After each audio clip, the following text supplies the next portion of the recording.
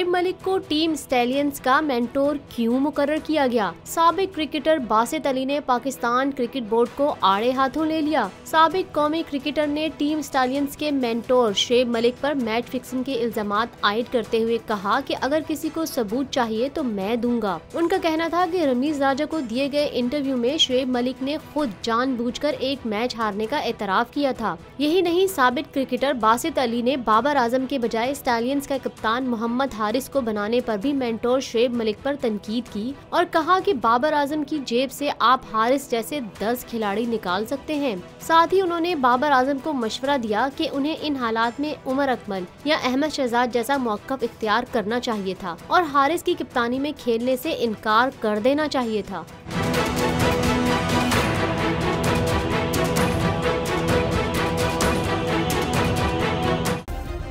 Subscribe करें और bell दबाएं ताकि कोई खबर रह न जाए।